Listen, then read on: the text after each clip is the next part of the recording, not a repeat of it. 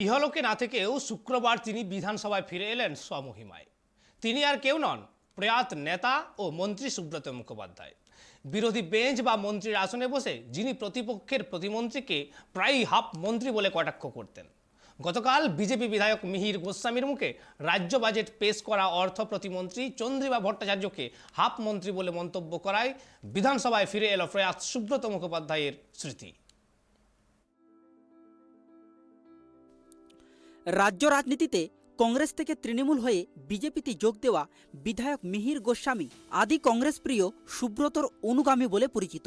গতকাল বিধানসভায় বাজেট বিতর্কে অর্থ প্রতিমন্ত্রী চন্দ্রিমা ভট্টাচার্যকে নিশানা করতে গিয়ে প্রয়াত সুব্রত মুখোপাধ্যায়ের অস্ত্রেই শান দিলেন মিহির। যদিও জবাবি ভাষণে সেই মিহিরকেই ছেড়ে কথা বলেননি চন্দ্রিমা। মিহিরকে অমানুষ বলে তীব্র কটাক্ষ করেছেন তিনি। মিহিরকে অমানুষ বলার প্রতিবাদে মন্ত্রী চন্দ্রিমা ভট্টাচার্যের বিরুদ্ধে স্বাধিকার ভঙ্গের নোটিশ দিয়েছে বিজেপি।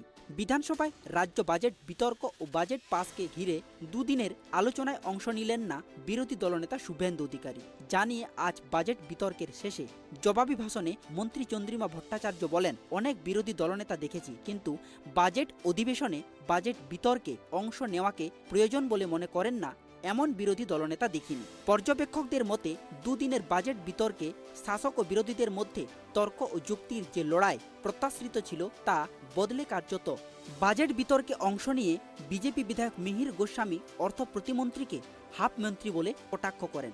চন্দ্রিমা প্রতিমন্ত্রী হলেও তিনি স্বাধীন দায়িত্বপ্রাপ্ত মন্ত্রী। সর্বোপরি রাজ্য বাজেট পেশ করেছেন তিনি। প্রতিমন্ত্রী হওয়ার কারণে তাকে হাফ মন্ত্রী বলে এই খোঁচার জবাবে মিহিরকে অমানুষ বলে কটাক্ষ করেন চন্দ্রিমা। চন্দ্রিমার এই আক্রমণে রে রে করে উঠে বিজেপি। শিলিগুড়ির বিজেপি বিধায়ক শঙ্কর ঘোষ বর্ষিয়ান বিধায়ককে করা এহেন মন্তব্য প্রত্যাহার করার জন্য অনুরোধ করেন, যদিও তাতে কোনো আমলই দিতে চাননি চন্দ্রিমা। অধিবেশনের শেষে মিহিরের বিরুদ্ধে অসংসদীয় শব্দ ব্যবহারের অভিযোগ তুলে মন্ত্রী চন্দ্রিমার বিরুদ্ধে অধ্যক্ষের কাছে স্বাধিকার ভঙ্গের নোটিশ জমা দেন অগ্নিমিত্রা পাল সহ বিজেপি বিধায়করা। স্বাধিকার ভঙ্গের নোটিশ প্রসঙ্গে অগ্নিমিত্রার দাবি, রাজ্য বাজেট নিয়ে বিরোধীদের তোলা প্রশ্নের উত্তর না দিয়ে ব্যক্তি আক্রমণ করছেন মন্ত্রী। সে কারণেই কখনো বিরোধী দলনেতা, কখনো দলের বর্ষিয়ান বিধায়ক মিহির গোস্বামীকে নিশানা করছেন মন্ত্রী। যদিও বিজেপির স্বাধিকার ভঙ্গের নোটিশও তার বিরুদ্ধে ব্যক্তি আক্রমণের অভিযোগকে ফুৎকারে উড়িয়ে দিয়েছেন চন্দ্রিমা। বরং তার দাবি, মন্ত্রী হিসেবে তার পদের মর্যাদা না দিয়ে একজন মহিলাকে অপমান করেছে বিজেপি। এর জন্য ওদের ক্ষমা চাওয়া উচিত ছিল। অধিবেশন চলাকালীন বিরোধী আসনে বসে খৈনি খাওয়ার অভিযোগে কার্যত স্পিকারের ভৎসর্ণার মুখে পড়তে হয় মিহিরকে। অভিযোগ অস্বীকার করলেও দুপক্ষের চাপানোত্তরে আজ এমনিতেই সভা ছিল সরগরম। তার ওপর মন্ত্রী চন্দ্রিমাকে হাফমন্ত্রী বলায় মিহিরেই আজ হয়ে ওঠেন শাসকের নিশানা। Bureau report, tribe TV.